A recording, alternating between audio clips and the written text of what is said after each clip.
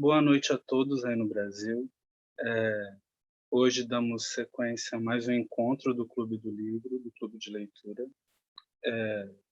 Hoje o encontro será sobre o capítulo 4 do Dankoroku, no caso, o capítulo sobre o Bakikuta Daiyosho.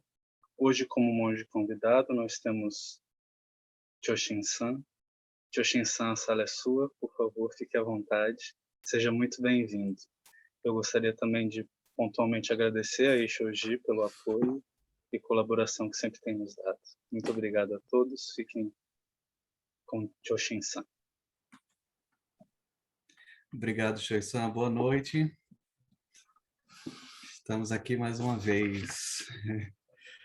As nossas leituras. Queria agradecer mais pelo convite novamente. Sempre digo isso, a gente gosta mesmo de conversar sobre o Dharma. E agradeço porque todo convite desse, na verdade, é um estímulo para estudar mais e aprender mais, né? Vou começar então a leitura e a gente vai conversando no decorrer, né? Então, o Bakikuta, capítulo 4. Caso. O quarto ancestral foi o venerável Ubakikuta. Ele foi atendente, Shitsuji, do venerável Shonawasho por 3 anos e então raspou seus cabelos, se tornando monge. Né? Quando ele era atendente, ele ainda era leigo. Né? O venerável Shonawasho perguntou: seu corpo deixou sua casa ou sua mente deixou sua casa? O mestre Ubakikuta respondeu: na verdade, este corpo deixou a casa. O venerável então disse: como pode o maravilhoso Dharma de todos os Budas ter qualquer coisa a ver com corpo ou mente? Ao ouvir isto, o mestre realizou o grande despertar. Essa questão de deixar a casa é uma referência a, quando a pessoa se torna monge, né? É a expressão que se usa, deixar a casa. Então, esse é o caso. Agora vem as circunstâncias. O mestre era da terra de Dali e seu nome era Ubakikuta. Ele pertencia à casta Sudra, a mais baixa das 4 castas. Com a idade de 15 anos, o mestre visitou Shonawasho. Com 17, deixou sua casa e, aos 22 anos, realizou o fruto do despertar. Viajando e pregando, ele chegou a Mathura, onde muitos alcançaram a liberação. Por esta razão, o palácio de Mara balançou e tremeu, e Rajun se lamentou e teve medo. Mara e Rajun a gente pode ver assim como a personificação de tudo aquilo que é contrário ao caminho da virtude, né, do Dharma. São figuras conhecidas assim, né, na mítica do budismo. A cada vez que alguém realizava o fruto do despertar, o Bakikuta lançava um talismã do tamanho de 4 dedos em uma caverna de pedra. Esta caverna tinha um tamanho de 18 por 12 cúbitos e foi completamente preenchida. Um cúbito equivale a 2 pés. Esse é o número de pessoas que alcançaram a liberação durante o tempo de sua vida. Quando morreu, foi cremado com estes talismãs. O número de pessoas que alcançaram a liberação durante sua vida era tão grande quanto durante a vida do Tathagata. E por isso ele era chamado de Buda sem as marcas maiores e menores. Quando o Buda nasceu, né, o Siddhartha, ele tinha várias marcas que são consideradas sinais de que aquela pessoa será algo de importante, né, um sábio ou algo do tipo. Então, o Bhakti-Kotta, mesmo sem ser o Tathagata, realizou um trabalho de Tathagata, né? É por isso que eu não gosto muito daquela história de budismo degenerado, era do budismo disso, era do budismo daquilo, porque o Buda não existe, porque o da... Enfim, no final das contas, só precisa alguém que quer fazer, né? E se dedicar. Essas joias preenchendo a caverna inteira, assim, né? Eu vejo muito como os méritos do Dharma, daquela pessoa que assume o compromisso do Bodhisattva, sabe? Que desperta a mente Bodhi. Então, uma pessoa que tem essa postura, como o Bhakti-Kuta, de dedicação, cada ato dela é uma joia preciosa, que eventualmente afeta o mundo. Então, mesmo que um ser seja beneficiado com aquele ato de Bodhisattva, o reflexo no tempo ele é imensurável, né? Eu estava antes aqui conversando com o Shoei-san sobre umas queimadas que ocorreram aqui na região do Mosteiro. Foi bastante duro, né? A gente sofreu bastante, ainda está sofrendo, assim, porque foi um trabalho duríssimo. E eu vou compartilhar uma coisa que eu pensava toda vez que eu tinha que entrar no mato de novo, no cerrado, é bruto e o fogo muito alto. Não, por favor, não me entendam mal, assim, eu não estou falando isso com egoísmo, assim, ou com vaidade, nada, porque naquela hora não dá tempo para essas firulas de ego, de você ficar muito narciso, sabe? Mas toda vez que eu tinha que entrar dentro do fogo lá, eu falo isso com sinceridade, eu pensava, se eu conseguir que uma canela dema, uma planta de canela dema não queime, então o trabalho todo já está feito, só basta isso. Então, toda joia que o Bhakti-Kuta jogava ali, não importava se era só uma ou 1 milhão. Um trabalho desse, um ato no Dharma, ele permeia o universo inteiro, né? Vamos continuar. Então, continuando. Com, com raiva, Rajun esperou que o Bhakti-Kuta entrasse em Samadhi, ou seja, em estado de zazen, né, profundo. Exercendo seus poderes demoníacos, ele tentou prejudicar o verdadeiro Dharma, mas o venerável percebeu suas intenções, então engendrou Samadhi e observou a situação. Rajun, percebendo isso, então colocou secretamente uma guirlanda no pescoço de Ubakikuta. Nesse momento, o venerável teve uma ideia para subjugá-lo e transformou os cadáveres de um ser humano, um cachorro e uma cobra em uma guirlanda de flores. Falando suavemente, ele disse a Rajun: "Você me deu uma guirlanda muito rara e preciosa, e agora, em retribuição, eu lhe ofereço esta guirlanda de flores." Rajun ficou muito feliz e esticou seu pescoço para recebê-la. Então a guirlanda se transformou novamente nos 3 corpos mal cheirosos, cheios de insetos e vermes.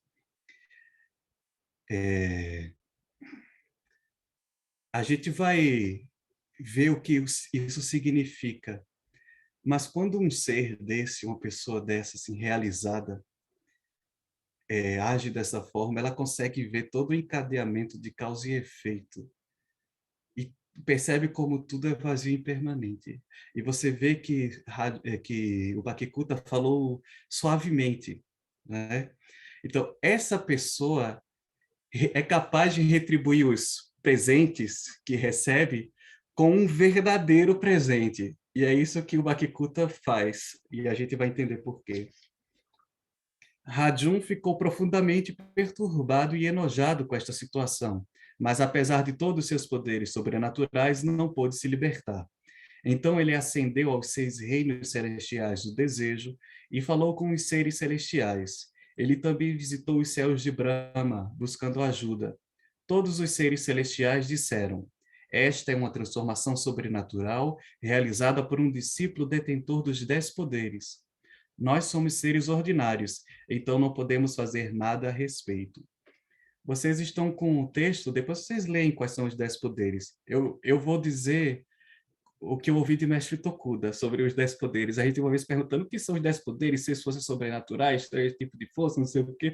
Ele falou, em resumo, é a capacidade de ajudar outra pessoa. Então é isso. Então, continuando, Rajun perguntou, então o que devo fazer? O rei Brahma lhe disse, você deve confiar seu coração ao venerável, o Bhakti-Kuta, né? Assim você pode se libertar da guirlanda. Ele, Brahma, recitou o seguinte verso para lhe direcionar uma mudança. Se você cai por causa do chão, então você deve usar o chão para se levantar. Tentar se levantar sem o chão não faz sentido algum. Usar o chão para se levantar, da forma que eu vejo, tá? Pessoalmente, é como nossa prática, assim. Porque a gente usa um corpo humano para realizar um caminho de Buda. E é dentro deste mundo que a gente está, com as condições deste mundo, usamos este mundo mesmo para realizar o Nirvana. Então, não é nos separando, mas usando isso mesmo que a gente tem, que a gente realiza o Dharma de Buda, né? Então, tentar se levantar sem o chão não faz sentido nenhum. Tentar realizar o caminho desvinculado da realidade de todos nós não faz sentido nenhum. Continuando, você deve reverter sua situação buscando a liberação com a ajuda de um discípulo detentor dos 10 poderes. Rajum, tendo recebido esta instrução, deixou o palácio celestial e, arrependido, prostrou-se aos pés do venerável. O venerável lhe perguntou: você alguma vez tentará prejudicar o verdadeiro Dharma do Tathagata? Rajum respondeu: eu completamente tomo refúgio no caminho de Buda e para sempre me absterei de tudo que é prejudicial. O venerável disse: neste caso, você deve dizer que toma refúgio nas 3 joias. Com as mãos em prece, engaixou, o rei demônio pronunciou o verso de refúgio 3 vezes, e assim a guirlanda caiu de seu pescoço. Né? Esse é o verdadeiro presente. Né? A guirlanda verdadeira é essa. Né? De vez em quando a gente ganha umas guirlandas dessa, né? Dos nossos mestres. E é isso. Esse é o verdadeiro presente. E aí vem o Teixô, que é a expressão da realização de Mestre Kezan, né? Sobre esse caso de Ubakikuta. Desta maneira, o Bhakti-Kuta ofereceu os poderosos efeitos do Buda Dharma, assim como quando o Tathagata estava no mundo. Aos 17 anos, quando raspou seus cabelos, Shonawasho lhe perguntou: seu corpo deixou sua casa ou sua mente deixou sua casa? Bem, a casa de Buda teve desde o início 2 tipos de saída da vida familiar: a do corpo e a da mente. Aqueles em que o corpo deixou sua casa abandonaram o amor e a afeição, deixaram seus locais de nascimento, raspam seus cabelos, usam um manto, não têm servos, se tornam monges ou monjas e se esforçam no caminho durante os 12 períodos do dia. Eles jamais passam seu tempo em vão. Não desejam nada mais, não se deleitam na vida ou na morte. Suas mentes são puras como a lua de outono. Seus olhos são límpidos como um espelho brilhante. Eles não buscam a mente, nem tentam ver sua natureza original. Não cultivam a verdade sagrada e muito menos os apegos mundanos. Desta forma, não permanecem no estágio das pessoas comuns, nem buscam ser sábios e sagrados, mas se tornam cada vez mais seguidores do caminho. Esses são aqueles que o corpo deixou sua casa, deixam suas casas fisicamente. Né? Shikantaza, né? Você pratica sem querer ser sagrado, você esquece até mesmo essa noção, né? Agora é a segunda parte. Aqueles que a mente deixou sua casa não raspam os cabelos nem usam um manto. Apesar de viverem em suas casas e permanecerem entre os afazeres mundanos, eles são como lótus, que não se suja com a lama onde cresce, ou como joias que não são afetadas pela poeira. Embora possam ter cônjuges e filhos, conforme as condições kármicas, eles não têm apego, considerando-os como lixo e poeira. Não vão achar que a pessoa que tem uma família olha para a família achando que ela é um lixo, não é isso que ele quer dizer. Ele está considerando aqui que ele olha para a família ciente de que é impermanente, que é vazio, e que por isso ele não se apega, como ele não se apegaria a nenhuma outra coisa, como poeira, né? Nem por um momento eles cultivam apego ou desejam qualquer coisa, como a lua brilhando no céu ou uma bola de jade rolando livremente. Eles vivem na cidade barulhenta, mas permanecem calmos.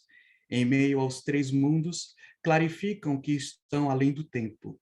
eles compreendem que até eliminar as paixões é uma doença e que buscar a realidade absoluta está errado.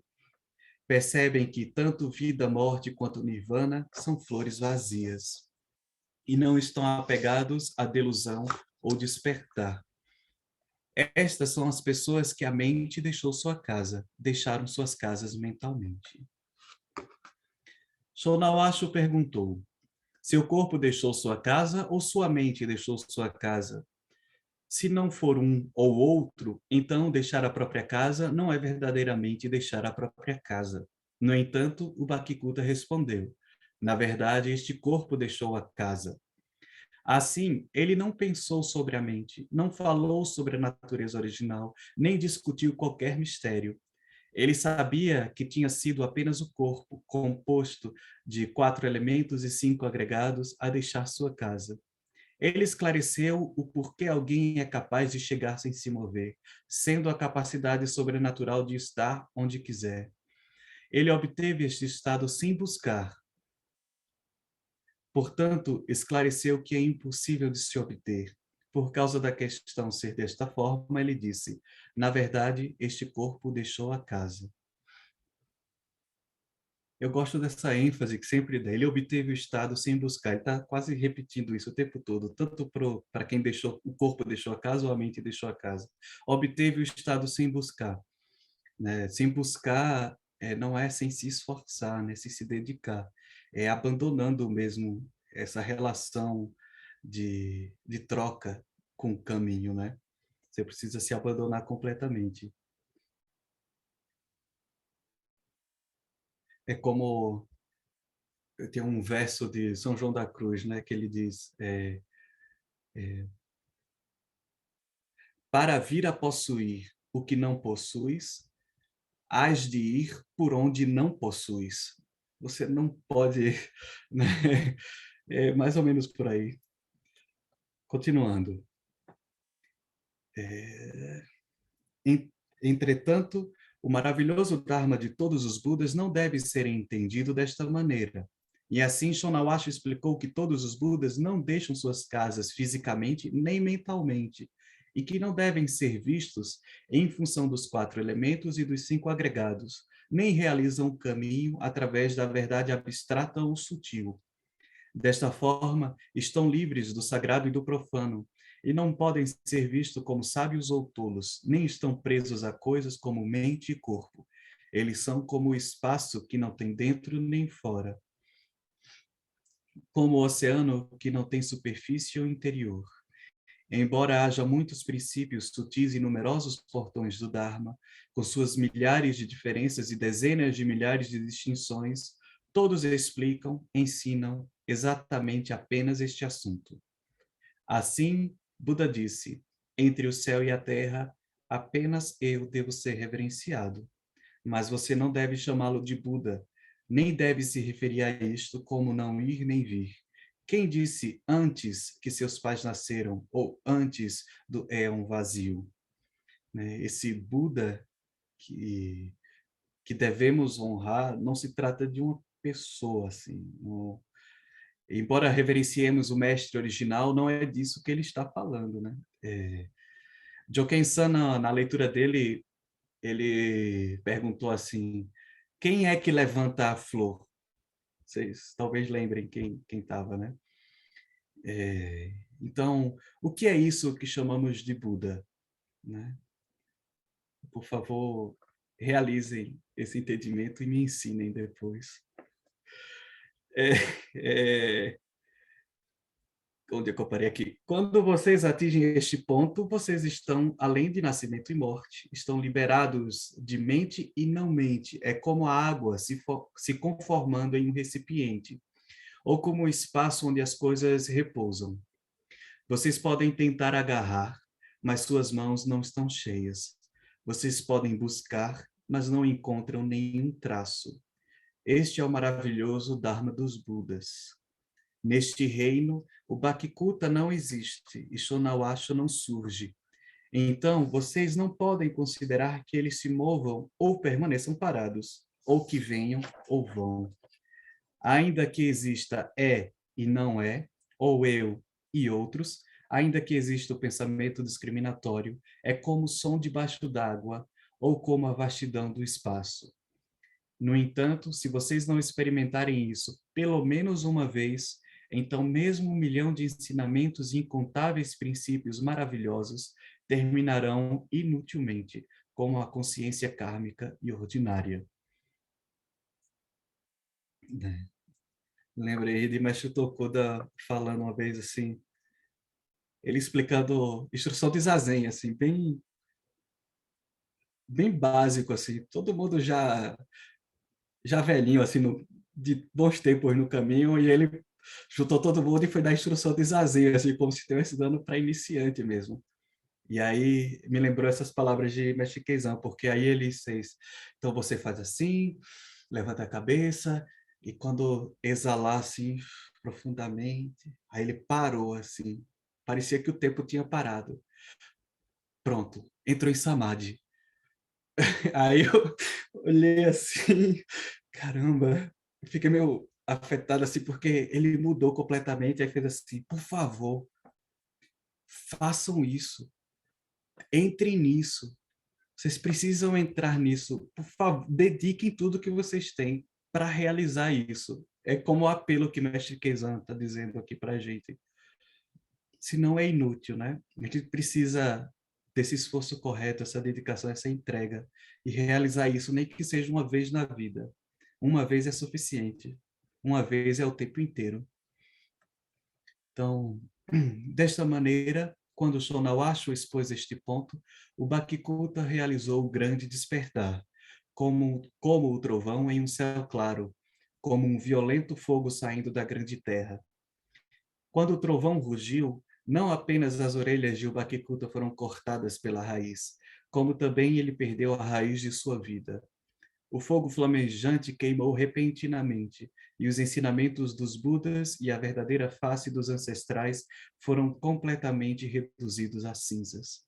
Estas cinzas apareceram com o nome do venerável Ubakikuta, duras como pedra, negras como laca, livrando-se das naturezas ordinárias de inúmeras pessoas, pulverizando seus corpos. Em vão ele contou o vazio jogando talismãs, e deixou rastros vazios, queimando o vazio.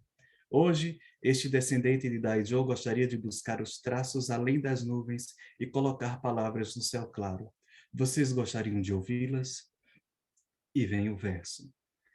A casa foi demolida, a pessoa morreu, não há dentro ou fora. Onde podem corpo e mente se esconder? Esse é o capítulo de hoje. Muito obrigado. Fiquem à vontade para comentar. E se tiver pergunta, também pode perguntar. Provavelmente eu não saberei responder.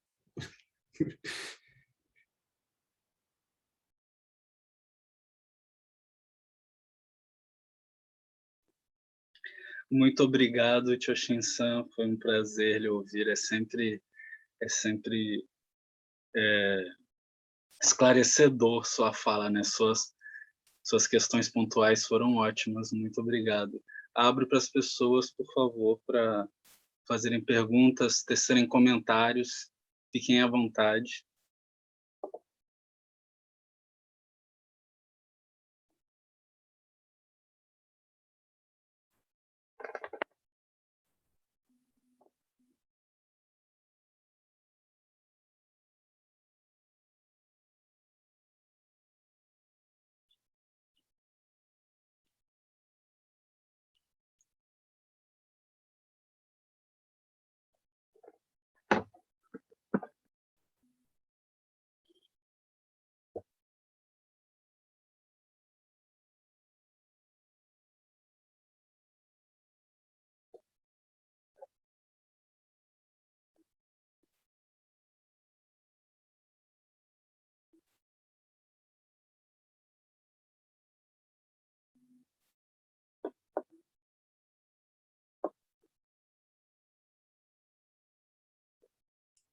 Todo mundo entrou em Samadhi, graças a Deus.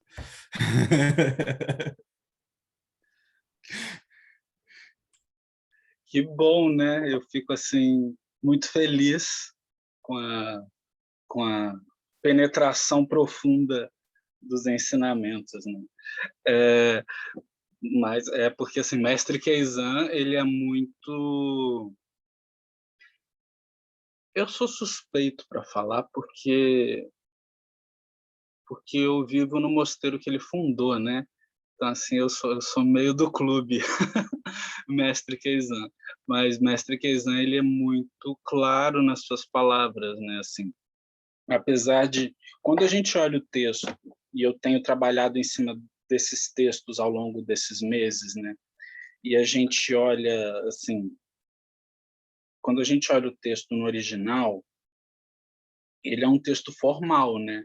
Então assim, eu tenho buscado manter o que o tradutor ou os tradutores, porque eu infelizmente ainda não descobri quem é que traduziu isso originalmente. Eu gostaria de um dia saber e conversar com essas pessoas que traduziram para o português, né, nos arquivos que eu encontrei há anos atrás no site de Koen Sensei, mas eu vejo que houve uma preocupação, talvez, da tradução para o inglês, de trazer a linguagem de Mestre Keizan para uma linguagem mais coloquial, né? Mais do povão, né? Do povão, entre aspas, né? De não ser algo tão formal. Porque quando a gente olha o texto em japonês, é formal, né? É um tratado formal, né? Então, as palavras dele são muito formais. Então, por isso que eu, inclusive, eu até lancei a errata, né, mudando a voz do texto, porque quando eu vi o texto em português originalmente, ele estava como o discurso do mestre Keizan, ele direcionando para uma pessoa, né, para uma pessoa em específico, no singular.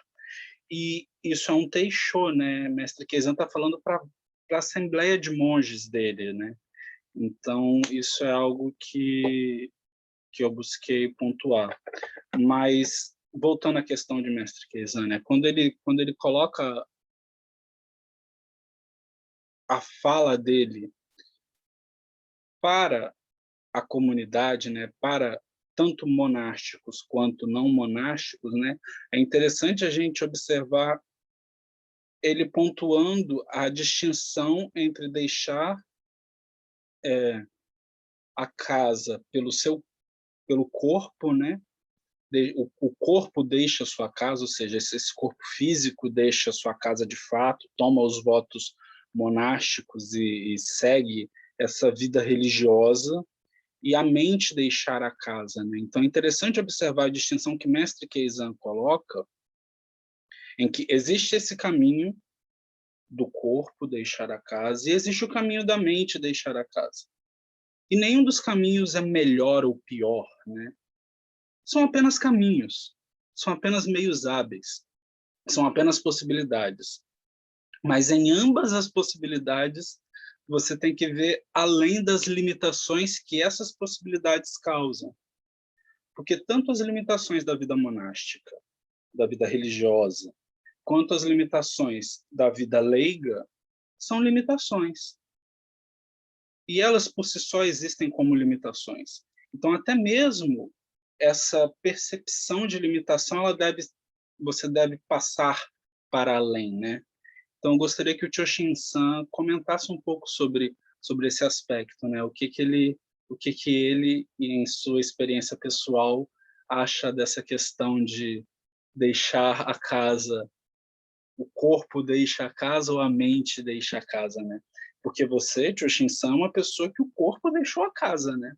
De fato, você tomou os votos monásticos, né? De fato, você tomou a vontade de seguir a vida religiosa, né? E o que isso também é para você, por favor?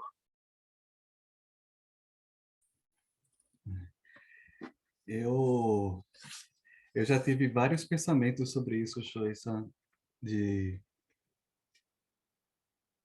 de que se havia alguma distinção, sobretudo quando estudando textos antigos do budismo clássico, parece haver uma grande distinção colocada nisso. No budismo Mahayana, isso foi começando a dissipar, né? Ainda bem, essa é a minha avaliação agora, de, eh, de que, no final das contas, é um ser humano praticando com o que tem, né? Seja monástico ou seja leigo. E, para mim, eu precisava que isso acontecesse, para que meu compromisso com o caminho fosse dessa forma. Para outras pessoas que eu conheço, na vida leiga, ele é um monge 10 vezes melhor do que eu. Então, se o budismo fosse para ser distinto entre as duas coisas, o Buda nunca tinha ensinado a reis, leigos e pessoas assim, né? É, por isso, como diz no texto, não é uma questão de corpo ou de mente, né? E aí é uma questão de despertar a mente Bodhi, e só. Isso levado a sério, assim, com compromisso, não importa o cenário da prática, né? Porque se a gente fosse, por exemplo, para o formal, os votos de monge, os preceitos de leigo, eles são quase iguais, assim, os gerais, né? Os maiores, né? Não os mais, as nuances dos tantos vinayas que existem. Mas aquilo que é o importante é idêntico. Então, se a pessoa consegue viver num mundo com a descrição que foi feita aqui, de total devoção ao caminho, e isso não quer dizer que a devoção ao caminho ocorre em detrimento das outras coisas, por exemplo, seu trabalho e sua família, então o caminho está perfeito, né? Da mesma forma, se um monge ou um religioso que viva em templos ou mosteiros, ele pode viver em todo esse contexto monástico, com paredes bonitas, imagens de Budas, uma sala de zazen preparada para ele, e ele não entrar nisso profundamente, não serve para nada. Então, corpo e mente não tem nada a ver com o caminho do Buda. Deixar corpo e deixar mente não tem nada a ver com o caminho do Buda. O caminho do Buda tem a ver com o caminho em si mesmo, e a gente pratica o caminho pelo caminho, né? Por isso, desperta a mente Bodhi e pratica. Para quê? Para praticar. Por quê? Porque é o caminho. Então é assim. Se ficar sempre, né, colocando penduricalhos demais, não vai a lugar nenhum, né? Tem que realizar isso, como o mestre Tokuda fala e como o mestre Kezan aqui falou. Tem que realizar isso uma vez na vida, ou seja, tem que mergulhar nisso de alguma forma, não importa o contexto, né? É, antes eu pensava, realmente, para conseguir isso, precisa ser um bico. Você precisa entrar na floresta, porque a dedicação é muito grande, senão você não vai experimentar isso. Hoje eu já não penso assim. Hoje eu penso que não tem nada a ver com floresta, com casa, com templo. Tem a ver com dedicação de cada um com o que tem. Não pode se levantar do chão desconsiderando o chão. Tem que pôr a mão no chão para se levantar. É mais ou menos assim que eu vejo o Shoei-san.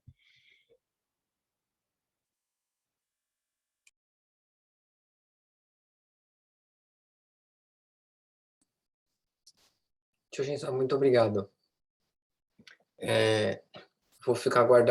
Vou deixar guardado comigo uma coisa que você falou, que é muito importante, que eu vou pedir sua permissão para usar também daqui para frente, que é praticar com o que a gente tem.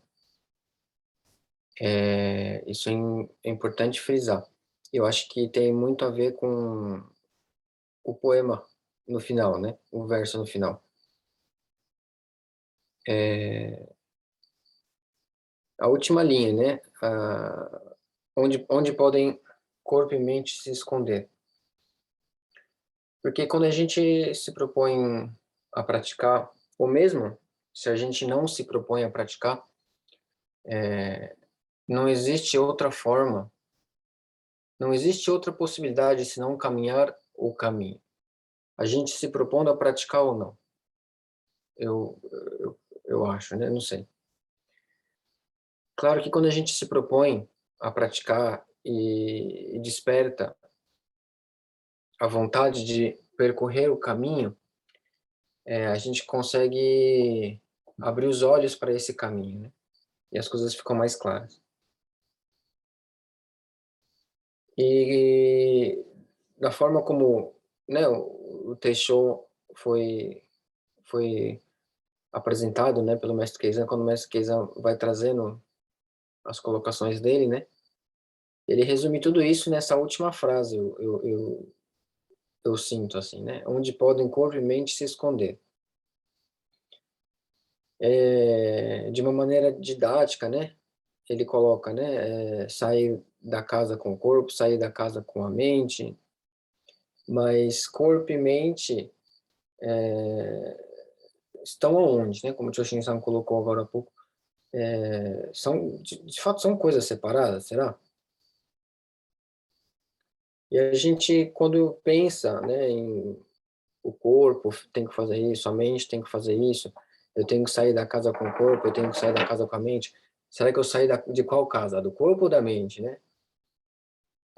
Pode ser que esses questionamentos surjam, mas se a gente olhar para um outro lado, onde é que esse corpo e essa mente estão escondidos, né? Onde que o corpo e mente estão escondidos, se não na nossa consciência discriminatória e visão dual do mundo, né?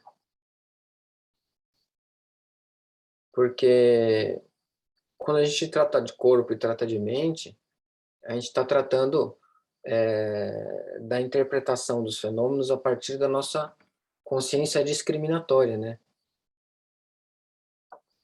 E essa consciência discriminatória é o esconderijo do corpo e da mente, eu acho, né?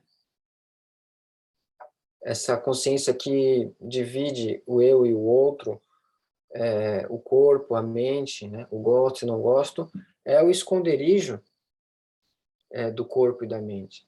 Porque se a gente deixa de se entregar, quando a gente deixa de se entregar para essa interpretação automatizada, né, a partir da consciência discriminatória, a gente talvez possa ver que esse corpo e mente não existem, né? Não sei. Me parece alguma coisa desse tipo. Porque a gente acaba escondendo o corpo e a mente com a nossa consciência discriminatória, né? E faz disso um esconderijo também para uma série de outras coisas.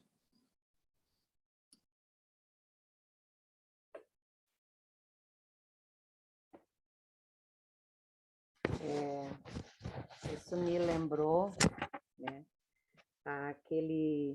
aquela passagem de Huineng, que o mestre dele estava avaliando a quem ele ia transmitir a tigela e o manto, e o Daikan Eno, lá do pilão da cozinha, né, ficou sabendo, e aí ele acrescentou ao verso de um erudito, né, que era o preferido, né, que todo mundo imaginava que ele ia ser o transmitido, que escreveu na parede, né, o corpo é a árvore da iluminação, a mente é como a moldura de um brilhante espelho, limpe-a de novo e de novo, sem permitir que o pó se acumule.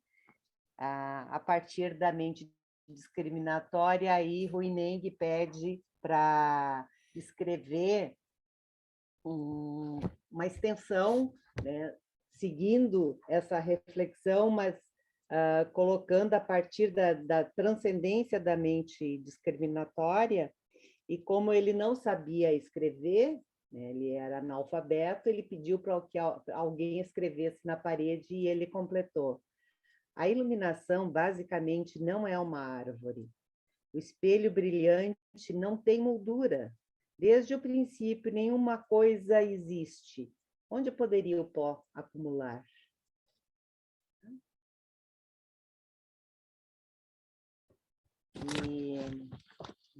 E parece muito, a casa foi demolida, a pessoa morreu, não tem moldura, não há dentro ou fora. Então, onde pode o corpo e a mente se esconder?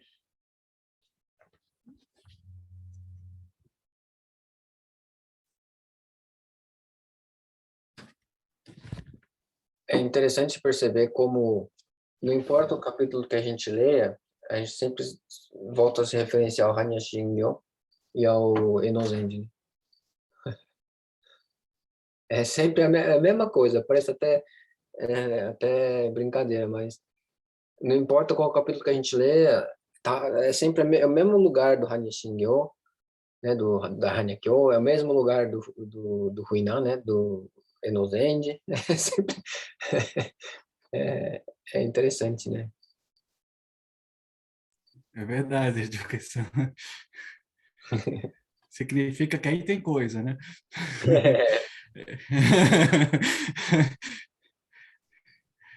Ele traz no Não é... texto aqui do Eu, Teixeira. eu comecei a perceber isso, aí eu pensei assim, então eu estou começando a entender. Estou começando a entender, tem coisa aí, é por aí. Esse povo é tudo mancomunado, né? É uma coisa terrível.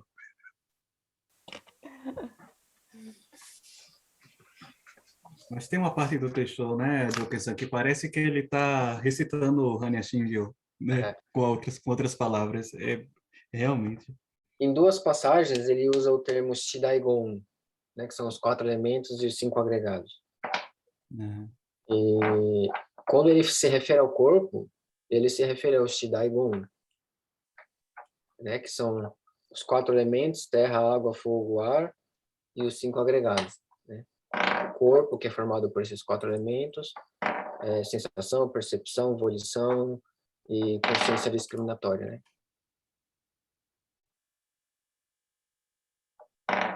Né? Eu queria dar um testemunho pessoal sobre essa questão, né, de corpo e mente, né, esse momento de decisão que aconteceu comigo quando eu aponto esse momento quando eu comecei a estudar o budismo de uma maneira formal, que foi mais ou menos lá em 1981, porque até então eu estudava de uma forma pessoal, particular, eu lendo os livros da minha maneira, né?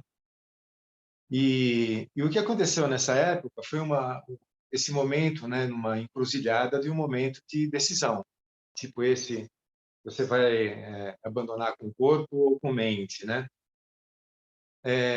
E isso foi mais ou menos uns 30 anos antes de eu tomar a decisão de eu me tornar monge, porque quando eu tomei a decisão de eu me tornar monge, eu já era casado, né? E esse foi um momento de decisão se eu queria seguir naquele momento uma vida monástica ou constituir família. E o que acontece foi assim, nessa casa que eu chamo a minha casa mãe, né, original lá, era uma escola de filosofia que se chama Associação Palas Athena do Brasil. Ela ainda existe até hoje, né? A Lia Diskin, que é um casal, né? A Lia Diskin e o professor Basílio, né? Que fundaram, né? A Palas Athena. E que eu comecei lá em 1981. E nessa época, eu comecei justamente a ter que tomar essa decisão. E um dia, na associação tinha um quartinho que a gente chamava de templo, né? Que era o local que a gente fazia a meditação, né? Então, toda a meditação era feita lá nesse localzinho lá que a gente chamava de templo. E eu me enfurnei no templo, eu ficava assim várias horas lá, meditando e tal. E o que acontece é que eu não chegava numa conclusão, não chegava. E um dia eu meditei, terminei, e eu saí, né, do templo, né, da sala que a gente chamava de templo. E eu estava assim caminhando pelo corredor e de repente eu ouço uma voz assim, era a professora Lia. E ela falou, ela me chamou pelo nome e falou assim, aquele sotaque, né, espanhol da Argentina, né? Ela falou assim, Mauricito, o que é? E eu virei para ela meio assustado assim, né, dela ter percebido alguma coisa na minha postura, coisa assim. E eu disse, não, está tudo bem. E ela falou assim, não, venha cá. E me chamou para dentro da sala da diretoria. E ela sentou, né, na cadeira dela, e eu sentei na frente dela. E ela falou assim, o que é? E eu falei para ela, eu estou num momento de uma decisão, de uma encruzilhada. Só que até hoje essa encruzilhada para mim era uma coisa que se dividia claramente entre algo correto e incorreto, entre bem e mal. Era sempre uma encruzilhada que ela se definia numa dualidade assim muito clara, né, de opostos, né? Mas hoje essa encruzilhada, eu não sei qual é o caminho que eu devo tomar, porque para mim eles são igualmente válidos, né? E ela, quando eu disse isso, ela se levantou dando risada, sorrindo, né? E ela se levantou e eu, em respeito, eu também me levantei, né? Instintivamente, ela se levantou e eu me levantei, né? E falei para ela assim, não estou entendendo, né? O que está acontecendo? Ela falou assim, não, está tudo bem. Mas se está tudo bem, o que eu devo fazer, né? Que caminho que eu devo escolher? E ela deu 3 tapinhas no meu ombro assim e falou assim, el mais difícil, o caminho mais difícil. E eu tomei a decisão naquele momento. Claramente eu tomei a decisão do que era o mais difícil para mim. Eu resolvi constituir família, casar.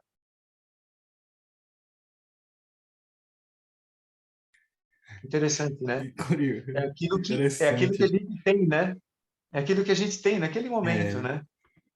E eu falei assim, você, seria uma fuga se eu naquele momento tivesse escolhendo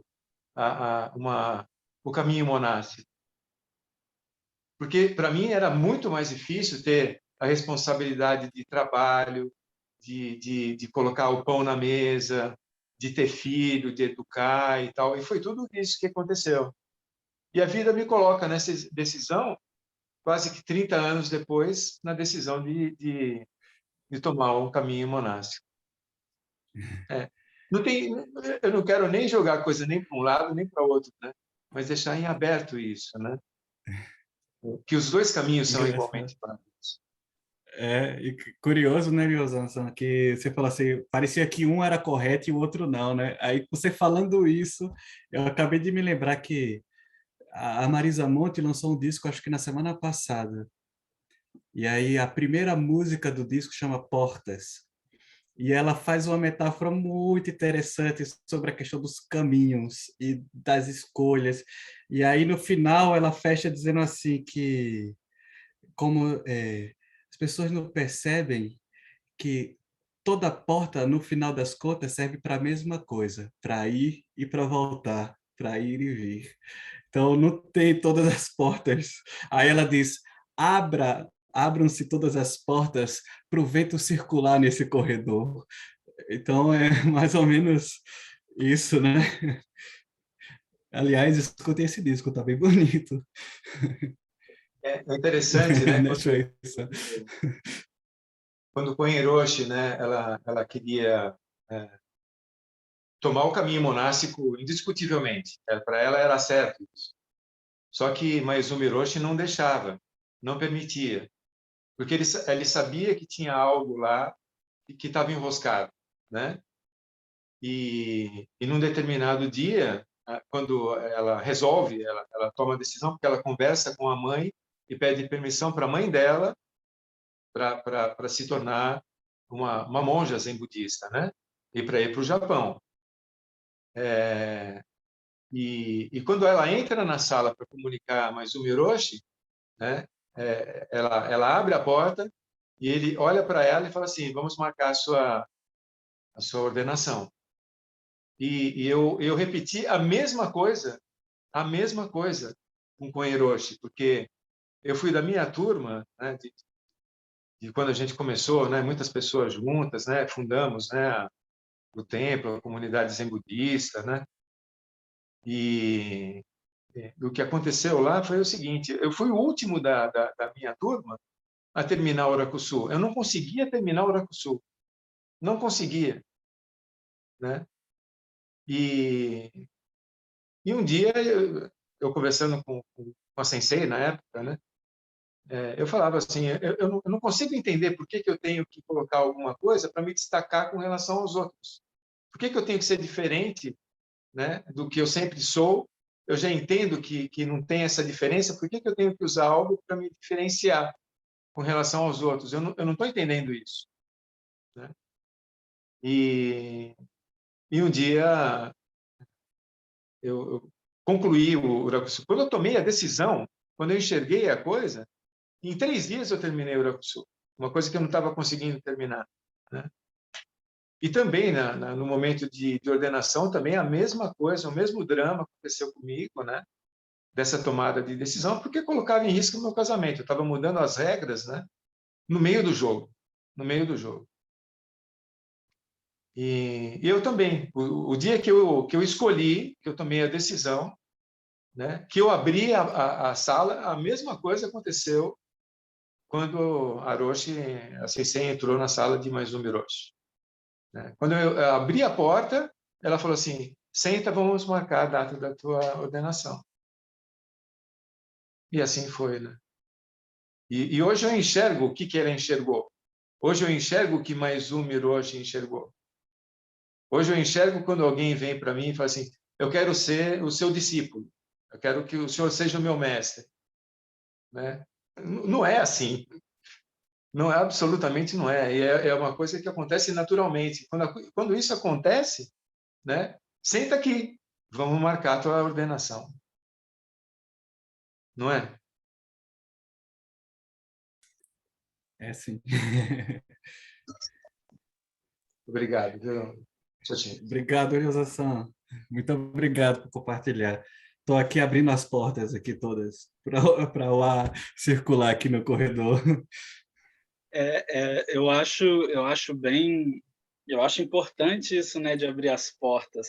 Mestre Keizan, em determinado momento, ele fala, né, os portões do Dharma, os portais são inumeráveis, né?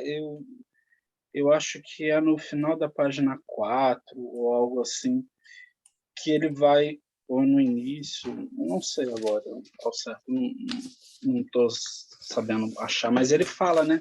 Os portões são inumeráveis, né? Então, assim, se você não entender que é para além desse corpo e mente, não adianta nada essas portas, né? É importante que seja para além, é algo que é além do ir e vir, né? Então, é muito... O mestre Keizan é muito enfático nisso, né? E eu Esse vejo assim, tema, quando eu tomei o... Aí eu falo da minha experiência particular, né? Tomei os votos e decidi, não, eu quero ser monge, né? Eu meio que não entendia muito direito, e muitas pessoas não entendem, assim, eu estou sendo muito sincero com vocês, né? Não entendem direito o que estão fazendo ali, né? Mas fazem, né? E eu vejo assim que é uma possibilidade, é um meio hábil, mas é importante frisar que muitos lugares dizem, né? Não existe diferença entre monge e leigo. De fato, não existe. Os votos no Zen Soto, como eles se constituem atualmente, tanto para a cerimônia de leigos quanto para a cerimônia de monásticos, são os mesmos. São os mesmos. A única diferença é que na cerimônia para os monásticos recebem alguns objetos de prática. Recebem o koromô, né, o hábito monástico, recebem o manto grande, além do rakusu, recebem o conjunto de mantos, né, de 3 mantos, recebe o oriô, que é a tigela, e esses objetos, ao meu ver, isso é entendimento meu, né, eles são meios hábeis para praticar com os outros. né? Então, assim, o que eu vejo como o compromisso monástico, que não é nem mais monástico, né, na nossa ordem, porque a nossa ordem não é monasticista, nós não somos celibatários e nós não vivemos uma vida monástica, como o termo em português significa, né? Isso é importante frisar. Então, assim, o Zen ele não segue os Vinayas clássicos que ainda existem, né? Ainda existem 2 Vinayas clássicos seguidos pelos monges budistas, na asepsia da palavra, né? Se é que pode-se dizer isso, né? Então, o Zen, e isso foi um dos problemas de Mestre Dogen, inclusive. Quando ele vai à China, ele tem esse problema, porque quando ele chega na China, o pessoal diz que ele não é monge, né? Isso ocorre, né? Isso tem essa pequena esse pequeno episódio problemático Ele não que consegue nem descer do navio, na verdade. Então, é isso que eu ia perguntar. Por isso que ele teve que ficar tanto tempo dentro do navio? Ele não tinha autorização para entrar na China, porque a ordenação dele não era uma ordenação comum, oficial, né, que era aceitada na época, né? Então ele não tinha papel, nenhuma autorização de o porquê tá na China, né? Então esse foi o grande problema dele, né? então assim, parando para analisar isso, né, para ver isso, qual é a diferença, né? Qual é a grande diferença, né? Bem, em meios práticos, de prática, a almofada e a parede vão ser as mesmas. E esse corpo humano precioso, apesar de cada um ter a sua particularidade, vai ser o mesmo corpo humano precioso, né? Então, para a prática, é a mesma. Mas, para o compromisso social que essa prática desperta, aí já é outra história, né? Então, assim, não é que o monge seja melhor, ou tomar os votos seja melhor, né? Não é, e é o que Mestre Keizan coloca, né? Não é que deixar a casa ou deixar a mente seja melhor, mas existe um compromisso com os ensinamentos, existe um compromisso social que você assume perante a sociedade, né? Você coloca a sua cara à tapa. E isso é um ponto que você tem que deixar muito claro, né? Então, assim, é melhor ou pior? Não. É apenas um caminho possível. É apenas um caminho possível entre tantos outros, né?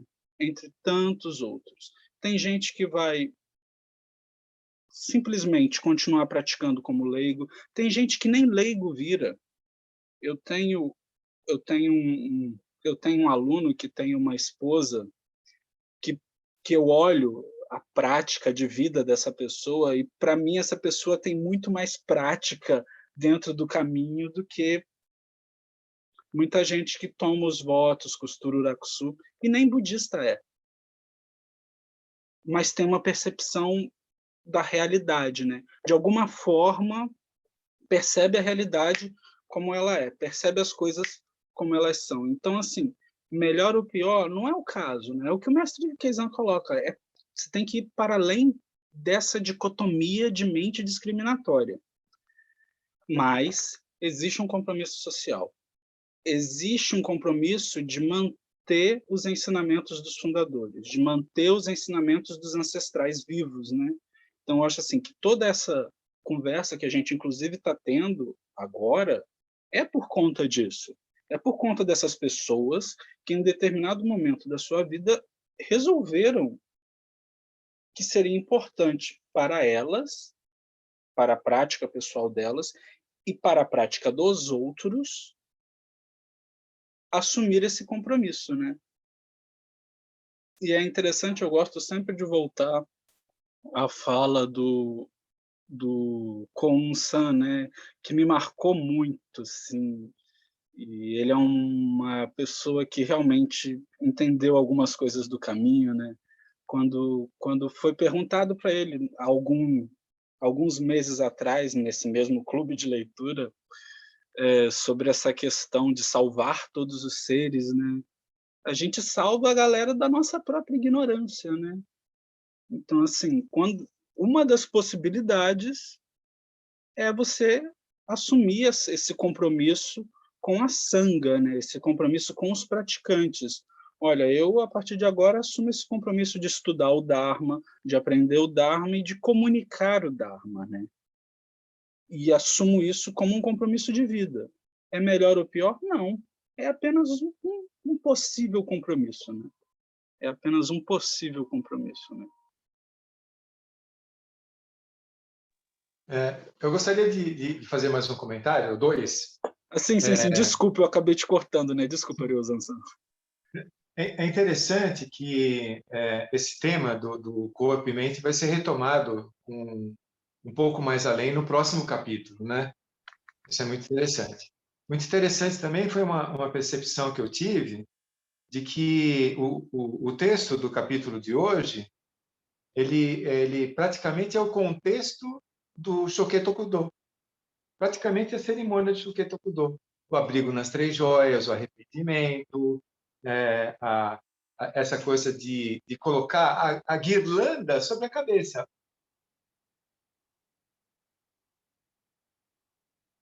Que peso é esse, né? Será que é bom? Será que é ruim?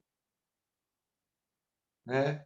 Para mim, é um contexto do Shoketokudo. Se você reler, né, desse ponto de vista, você vai ver o que eu estou querendo dizer.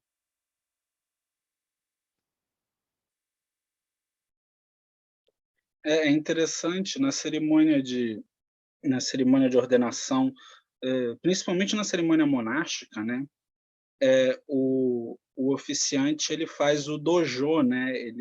Ele prepara a sala, né? E aí existe um poema que ele recita quando ele prepara a sala e esse poema ele fala das nuances de deixar a casa, deixar o corpo, deixar a mente, né? É interessante essa sua colocação, né, Ryosan-san? Porque é muito por aí, né? Esse preparar o caminho é muito por aí para entender, né, qual é a jogada e para entender que é algo além disso, né? A gente tem que voltar ao ponto crucial do caso, né? Qual é o ponto? O que fez o Bakikuta quebrar esse pensamento, né? O que fez o Bakikuta quebrar essa noção discriminatória das coisas, né? É isso, né? Quando o mestre Shunawasho fala, olha, mas é além, né? Dharma, e aí isso está no caso principal e a gente sempre tem que voltar lá no caso principal, né? Que aí o Bakikuta fala, né? Ah, na verdade, este corpo deixou a casa. E aí o venerável Shunawasho, né, o professor dele, fala, olha, como pode o maravilhoso Dharma de todos os Budas ter qualquer coisa a ver com corpo e mente, né? Ter qualquer coisa a ver com essa noção discriminatória de corpo e mente, né? E aí ele quebra essa percepção do Bakikuta, né? Que foi meu corpo que deixou. Né? Então, é interessante a gente sacar, observar isso, né? Mas, ao mesmo tempo, o mestre Dogen falava, né, de abandonar corpo e mente, deixar cair corpo e mente, né, para adentrar, penetrar o verdadeiro, a iluminação.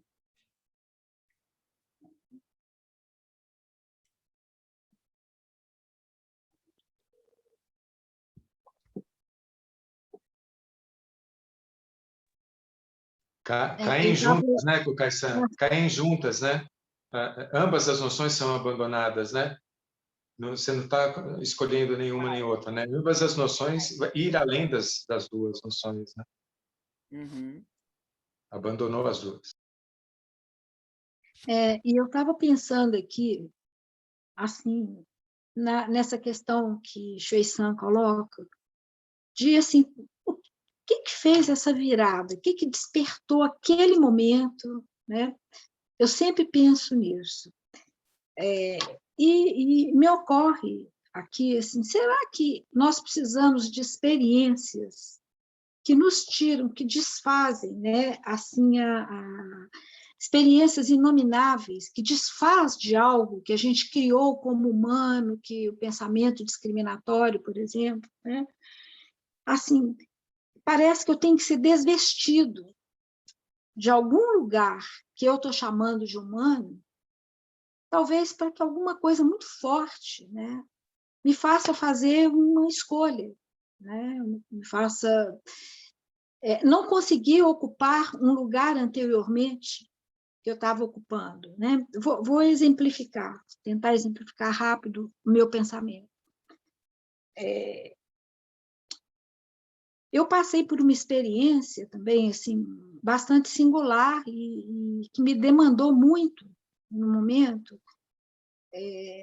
Eu tive muitas perdas ao longo da minha vida, perda de irmãos, separação de pais, e eu tive uma mãe depressiva, muito depressiva, que quando eu tinha uns 9 anos, por ali, ela começou a fazer internações, e a gente tem que pensar que naquela época a gente não usufruía de uma medicação, por exemplo, né? Era eletrochoque quando vinha ideação suicida, por exemplo, né? Que não cedia às medicações da época. E quando eu tinha 18 anos, ela suicidou. Eu estava indo estudar fora, tinha me preparado para ir 2 meses, eu parti para estudar fora. Minha irmã teve um acidente 1 mês depois, ela tinha 13 anos, ficou engessada, quebrou clavícula, né? Meu pai era separado, meus pais eram separados, e eu acho que eu nunca cogitei o que ele fez, porque eu tinha uma confiança de que ele cuidava da gente da melhor maneira.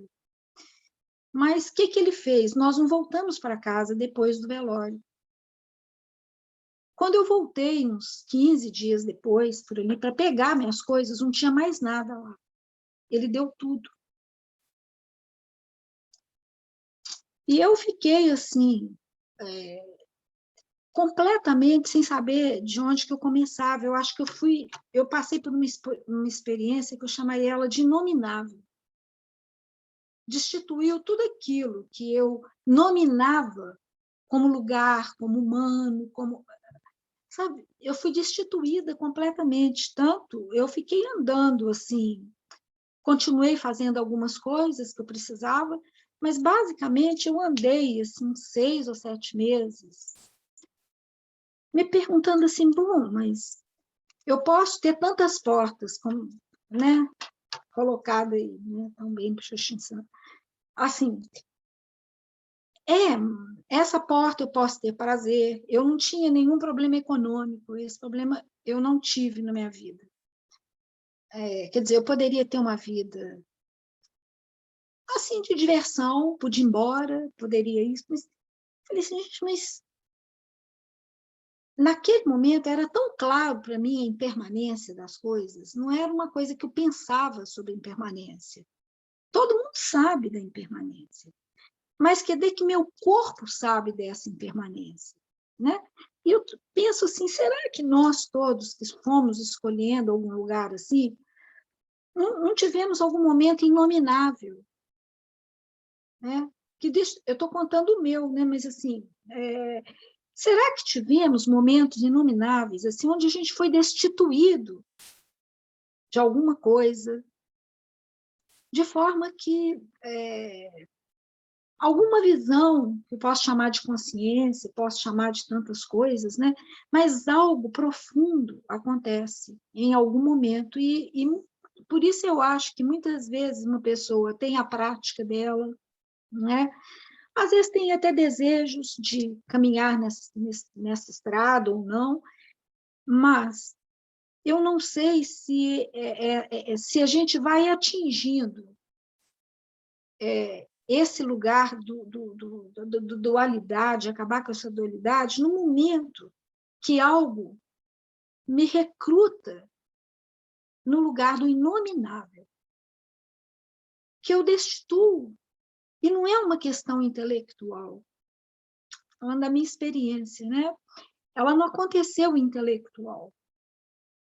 Eu não pensei sobre isso. É como se eu tivesse visto que era assim. E doía muito, porque eu estava destituindo de algo, né? E me custou muito isso. Eu tinha 18 anos, né? Eu era muito jovem, se comparado à minha idade hoje, né? Eu era muito jovem e assim, eu não conseguiria mais alicerçar a minha experiência corporal em conceitos, porque ela era soberana, né? Só estou dizendo assim, eu acho muito bacana essa colocação, Shuisan, sabe? Assim, afinal de contas, o que é mesmo esse momento, né? Como foi esse momento para cada um de nós, né? Na nossa história, ou mesmo quando a gente decidiu por uma ordenação, né? Assim, o que quebrou? Eu não tenho resposta, eu só estou compartilhando a minha experiência, assim, como que foi que quebrou, e era inominável a experiência. Nem que eu quisesse catar todas as palavras do planeta, ainda assim elas não iriam dizer da experiência de realidade que se desenhava ali para mim. Claro que o psiquismo pode achar vias de negar aquilo para algumas pessoas, eu posso negar, não sei, enfim, né? No meu caso, não aconteceu isso. No meu caso, eu fui fundo. Eu fiquei andando na rua e, assim, pensando, puxa, tem que ter uma razão qualquer, assim, mais forte do que essas questões mundanas. Era fácil ir pelas questões mundanas, mas deve ter alguma coisa mais fácil. E eu, um dia, estava sentada aqui, não sei se vocês conhecem Belo Horizonte, né? Eu estava sentada numa avenida aqui que chama Avenida Afonso Pena, que tem o Palácio das Artes e tal. E eu estava sentada lá e eu fiquei cansada, muito cansada. Eu estava mentalmente cansada. Falei, eu vou embora, chega, não vou procurar mais. Cheguei em casa, abri a ducha, talvez tenha sido o banho mais longo que eu tomei, porque eu respirei e eu pensei, puxa, é isso, sabe? E aí, claro, que eu fui entender o que era essa experiência de respirar para mim, né? Não sei se eu respondi ela também, não, mas assim, é uma experiência de uma constatação. Eu não estou procurando nada. Ela acontece, uma experiência que acontece. Me pergunto, quando eu olho assim, eu penso, bom, a minha experiência começou bem assim, mas como é que será que começou do Shuisan? Como é que começou, né, sei lá, né, do Monge Berti, da Monge... Como que começou? Que instante é esse? Que experiência é essa? Né? Que, desculpa aqui, gente, porque eu ainda não guardei os nomes, mas, o monge Ryozan-san, né? Quando você traz essa experiência, e eu estava escutando e pensando, puxa, né, assim, o que é que aconteceu ali? Alguma coisa ali, eu acho que ficou inominável, e eu acho que a gente destitui de algum lugar que a gente está dando nomes demais. Né? Não sei, é assim o que eu pensei aqui. Eu posso contribuir aqui hoje, seria isso. Muito obrigado. Mas talvez a mesma experiência, né, que possa traumatizar, ela possa ser, num determinado momento, né, ressignificada e fazer todo o sentido ressignificada num determinado momento. Eu carrego uma história para mim que já há alguns anos eu tento reencontrar essa história que eu vou contar para vocês agora, né? A história é a seguinte, ela conta de um judeu num campo de concentração, que ele está num pátio, né, um pátio ensolarado, e as pessoas estão aguardando chegar o trem para serem escolhidas para ir para os campos de concentração. E intuitivamente ele sabia, essa pessoa, esse judeu que estava observando, né, aquele campo, né, ele sabia que haveria separação e que essas pessoas, né, iriam ser mortas todas, né? Todas que estavam lá no pátio. Mas ele corre os olhos dele pelo pátio e ele vê 2 oficiais nazistas caminhando, lado a lado, conversando. E num determinado momento, eles passam ao lado de 2 crianças que estão no pátio. E as crianças não estão fazendo absolutamente nada, nenhuma provocação, não estavam fazendo algazarra, elas estavam sentadas tomando sol, esperando, aguardando o trem chegar. E esses 2 oficiais, né, continuam conversando, passam ao lado das crianças, e um deles, sem conversar com o outro, nem alterar o tom da conversa entre os dois, ele põe a mão no coldre, saca a arma e dispara na cabeça das 2 crianças. Pá, pá. E nesse momento, o que acontece? Esse judeu que está vendo essa cena, ele diz assim: o que aconteceu naquele momento, para mim, foi o inominável. E o que aconteceu lá foi que lá não morreram só apenas 2 crianças inocentes. Quem o oficial nazista matou foi o meu Deus, porque o Deus que eu acreditava seria incapaz de deixar uma ação dessas acontecer. Então, ele matou não só as crianças, não só a ética, que ele deveria encontrar um resquício naqueles oficiais lá, que eram uma autoridade, né? Ele acabou, destruiu o mundo dele, como o seu mundo foi destruído aí, inominavelmente. E a gente sente o peso, né, do que foi esse acontecimento, né, para você. Agora, o que acontece com esse judeu no momento imediatamente depois do tiro foi que tudo aconteceu muito rapidamente e nasceu para ele a compreensão, um Kensho, um Satori. E aí ele entende o que aconteceu naquela situação. Ele enxerga, né, dentro de um ponto de vista da não dualidade, o que aconteceu lá. E ele tem essa solução daquela e a ressignificação daquele acontecimento inominável, que traz para ele o despertar. Ao invés de afundar, traz para ele o despertar. E eu lido com isso cotidianamente com os pacientes terminais, né? Das pessoas que estão sabendo, prevendo, sabendo mesmo, né, que tem poucos dias de vida, estão de mal com o sagrado, estão de mal com a vida, estão diante do inominável, né, da incerteza, e não perdoam as pessoas, né? E que, de repente, alguns conseguem, alguns não conseguem. E alguns conseguem essa visão, né, de ressignificar toda a vida que ela teve lá para trás, que para ela a vida era um lixo. E galgam esse espaço de bem-estar e de paz interior. Não paz da circunstância ser pacífica, né? Dela ser curada, não. Ela se levanta naquele chão que caiu.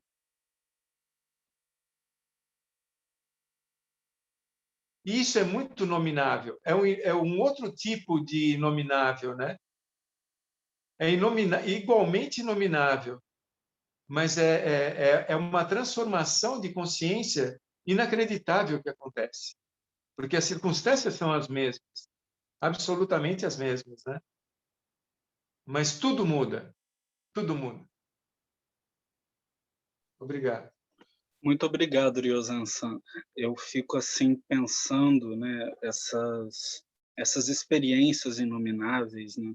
Eu lembro eu sempre gosto de voltar ao nosso, como o mestre Keizan chama com muito carinho, nosso bom e velho amigo Gautama. O nosso bom e velho amigo Gautama teve teve essas experiências, né, de forma muito contundente quando ele teve os 4 encontros, né, que mudaram completamente a forma como ele viu o mundo, né. Então, a alegoria, e é interessante a gente pensar nisso como uma alegoria, né. A alegoria Shakyamuni, né, a alegoria Siddhartha, é uma alegoria muito forte, porque você imagina que é uma pessoa que está o tempo todo cercada de dos prazeres, né, das coisas, entre muitas aspas, "boas e agradáveis", né. E de repente ela encontra esses gatilhos, essas pequenas rupturas que vão ressignificar a vida, né. Então você encontrar a doença, né, você encontrar a percepção de que o seu corpo pode adoecer, você encontrar a velhice, né, você encontrar a percepção de que você pode envelhecer, de que você provavelmente vai envelhecer se não morrer de causas naturais, né. E aí a gente entra no próximo encontro, que é a morte, né, e de fato você acaba, né, extingue essa existência nesse momento. E você encontra uma saída, que não é uma saída palatável e agradável, né, porque a vida de um retirante não é uma vida agradável, né, pelo menos não na Índia, né, não era. Não era uma vida que você mantinha esses prazeres, que você mantinha esse padrão de percepção prazerosa do mundo, né. E aí quando você se depara com a realidade tal como ela é, que é uma realidade que aí a gente volta ao básico do budismo, né, que é uma realidade que não é que é uma realidade transitória, ou seja, não é fixa e permanente, é uma realidade que por percebermos que ela não é fixa e permanente, nos gera angústia, nos gera dúvida, nos gera, desprazer. E ao perceber essa não substancialidade das coisas, né, esse que os objetos, que as coisas, que as pessoas não têm uma identidade própria fixa, né. Então, quando o nosso amigo Siddhartha se depara com isso, ocorre esse grande ponto de mudança, né. Então, assim, é muito difícil a gente falar o que é esse ponto de mudança para cada pessoa individualmente, porque cada um vai ter a sua própria experiência, né. E é interessante no Zen que, muitas vezes, o que a gente está vendo agora, né, ao longo desse texto e dos outros textos, tanto os anteriores quanto os próximos, são essas quebras de paradigma, são essas mudanças, e elas muitas vezes elas ocorrem em uma situação muito particular, né. Então o que a gente vê aqui é talvez a história sendo contada de uma terceira pessoa viu a cena em que o fulano A e o fulano B entram em uma percepção verdadeira da realidade, e um transmite essa percepção verdadeira ao outro, mas a gente tem que partir do ponto de que é uma terceira pessoa olhando esse diálogo, né, olhando essa conversa, né. Então é muito difícil a gente também falar isso, né. Então, quando a gente vê pessoas como o mestre Keizan comentando e trazendo a interpretação que ele tem de como esse diálogo é feito, e a gente vai acompanhar essa interpretação de mestre Keizan ao longo desse semestre, né, a gente tem que ver que é a interpretação de um terceiro olhando para uma cena em que talvez poucas pessoas tenham presenciado, ou ninguém tenha presenciado, né. Então, assim, de fato, o que ocorre de fato é impossível da gente dizer, nominar, mas algo ocorre, né. Então é muito importante a gente ter isso em mente, né. Era só isso que eu queria pontuar. Então, assim, as experiências, elas são únicas, né. Então, voltando ao que a Zen coloca para a gente, né, são únicas, né. Então, assim, a sua experiência de percepção do sofrimento, né, é a sua experiência, né. O que eu posso dizer, assim, eu lamento que isso tenha ocorrido. Eu fico profundamente movido pelo que você nos relatou, né? E eu agradeço pela confiança e por compartilhar isso conosco, né? Então, assim, isso é muito, muito pontual de cada um, né? Então, assim, depois a gente pode sentar e cada um colocar suas experiências, porque são experiências que movem a gente, que nos movem, né? Que nos movem para algo além, para a percepção do além dessa dicotomia entre bom e mal, sagrado e profano, eu e você, né? O Joken-san queria compartilhar também alguma fala. Por favor, Joken-san. Obrigado. Eu não quero me estender muito por causa do tempo. Indo na linha mais ou menos do que o Shuei-san colocou também, em relação ao que Kenzen-san apresentou para a gente, tentando puxar isso para cá, para o texto, né? O caso principal, ele é um koan. Tá? É Honsoku que fala em japonês. Ele é um koan. E assim como outros koans que a gente tem no Mumonkan, por exemplo, no Shoyoroku, Rekigan-roku e nos outros compêndios todos, um koan, como o Shuei-san colocou, ele é uma cena de alguma coisa que aconteceu com alguém comentando essa cena e trazendo algum tipo de ensinamento sobre isso. A questão é que a gente tem a tendência de olhar para o koan ou para o caso como uma charada a ser resolvida. Então, o monge estava varreu uma pedrinha que bateu no bambu, fez um barulhinho, e aí ele se iluminou. Por que que o barulhinho fez ele se iluminar? Por que que a pedra bateu no bambu? Por que que isso? Por que que aquilo? E a gente tenta resolver o koan como se ele fosse uma charada para ser resolvido, em que a chave do despertar está em decifrar a charada que é esse koan. Isso é um impedimento muito grande, né, para lidar com a prática. E isso é justamente o que Kenzen-san colocou do inominável, né, da experiência que é inominável. A gente pode até ter muitas experiências inomináveis, só que por alguns momentos a gente pode se deixar levar pelo condicionamento de tentar resolver elas. E tentar resolver a realidade é o caminho contrário que a gente precisa fazer para entender ela. Vejam uma coisa, o ser humano, a gente só consegue ser de fato consciente do passado e do futuro, jamais do presente. A partir do momento que a gente tem a consciência de alguma coisa, e essa consciência diz, eu compreendi, eu entendi, eu reconheci, eu nomeei, eu adjetivei. O fenômeno em si já é passado. Então, a consciência jamais vai ser no presente.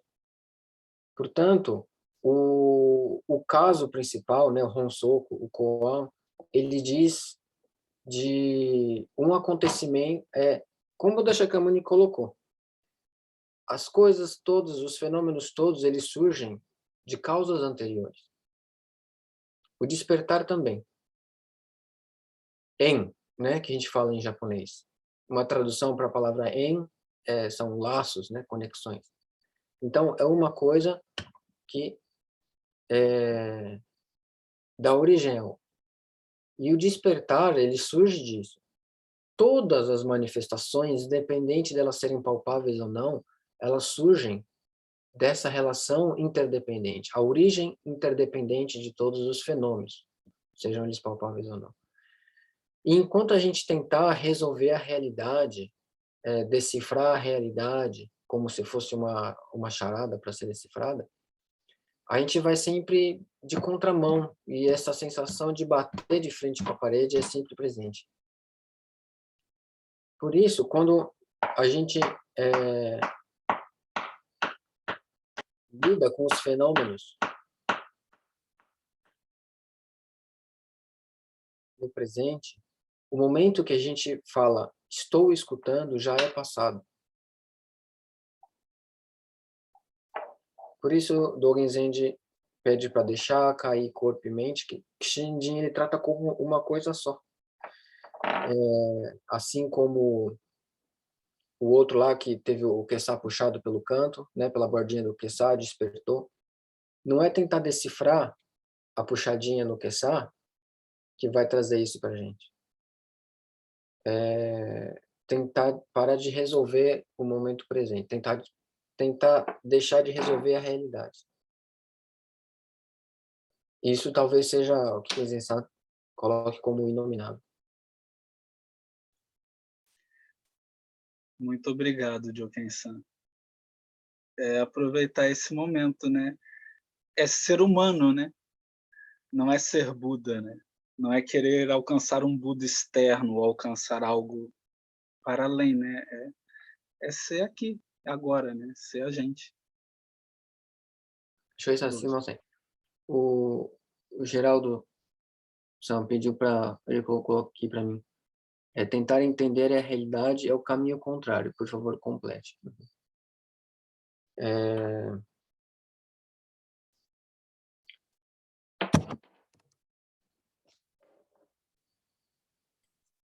Eu anotei. É tentar resolver a realidade Exato. justamente o Deixa eu só contrário que deve aqui. se fazer para compreender a realidade. Geraldo Sam, aqui eu tenho essa. Deixa eu tentar iluminar. Isso aqui é uma pedra.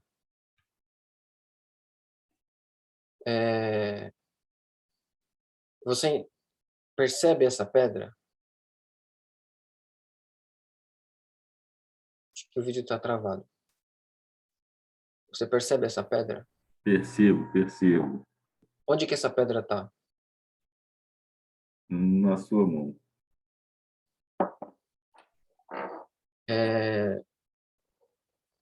A sua consciência diz que a pedra está na minha mão. Porque existe uma pedra, existe a minha mão, existe a sua mão, existe o Japão e existe o Brasil. Isso é tentar entender a realidade. Deixar de entender a realidade é perceber que essa pedra aqui é você.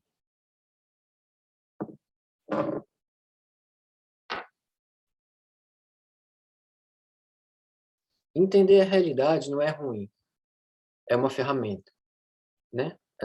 A mente, a consciência é uma ferramenta. Só que a gente, por boa parte da nossa vida, a gente acredita nela como sendo a realidade de fato, né?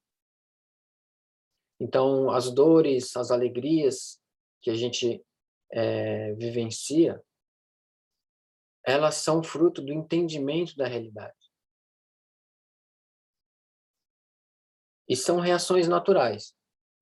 Como o Buda Shakyamuni colocou, essas manifestações também são de origem interdependente. Elas surgem por fatores anteriores, né?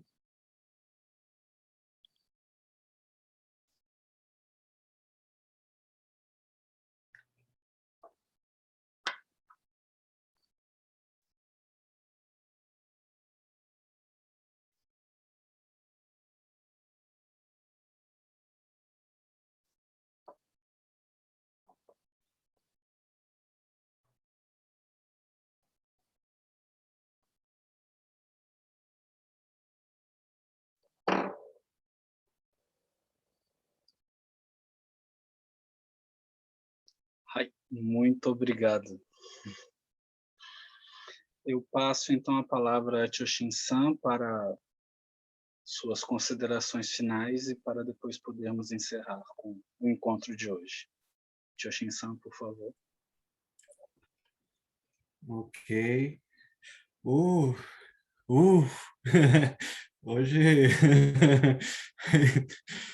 é interessante, né? Muito obrigado mais uma vez pelo convite, pela paciência, por poder compartilhar. E, bom, não vou comentar muito assim sobre o que foi falado agora, mas eu espero do fundo do meu coração que não seja necessário o inominável nesse ponto para as pessoas perceberem a impermanência e dukkha. Espero que para mim também não seja necessário que seja tão forte como experimentar os mestres Keizan, mestre Dogen e o Buda Shakyamuni, que passaram por experiências muito traumáticas na vida deles, né? Eu espero que com a força da sanga e da prática diária eu possa um dia perceber impermanência e dukkha verdadeiramente. E que não faça essas distinções mais. E esse voto eu faço, esse desejo que seja de todos, assim, que todos vocês possam também experimentar assim, que a nossa experiência da vida e da prática seja absolutamente natural e livre, verdadeiramente livre. E eu não sou, não, enfim, Mestre Kezan termina sempre com um poema, então, em reverência a ele, eu queria terminar com um poema que não é meu, porque eu não tenho competência para tanto, mas é de Santoka, que foi um Haijin e monge Sotô, e que espero que assim seja a nossa prática. E ele diz: mesmo sem precisar, a flor de cerejeira floresce, a flor de cerejeira cai. Muito obrigado a todos vocês. Obrigado, Shoei-san. Muito obrigado, Choshin-san. Que os méritos de nossa prática se estendam a todos os seres e que possamos todos realizar o despertar. Fiquem bem, se cuidem, cuidem dos seus, mantenham as medidas sanitárias cabíveis, tomem vacina, mantenham o distanciamento social sempre que possível, que ainda estamos vivendo uma pandemia, a situação ainda é muito grave. Se cuidem. Em algum local deste vídeo que irá para o YouTube vai aparecer um botão de inscrição para os que estão assistindo no futuro. Por favor, se vocês quiserem, se inscrevam no canal. Em outro local, aqui ou aqui em cima, vai aparecer a playlist dos encontros passados. Muito obrigado a todos, fiquem bem.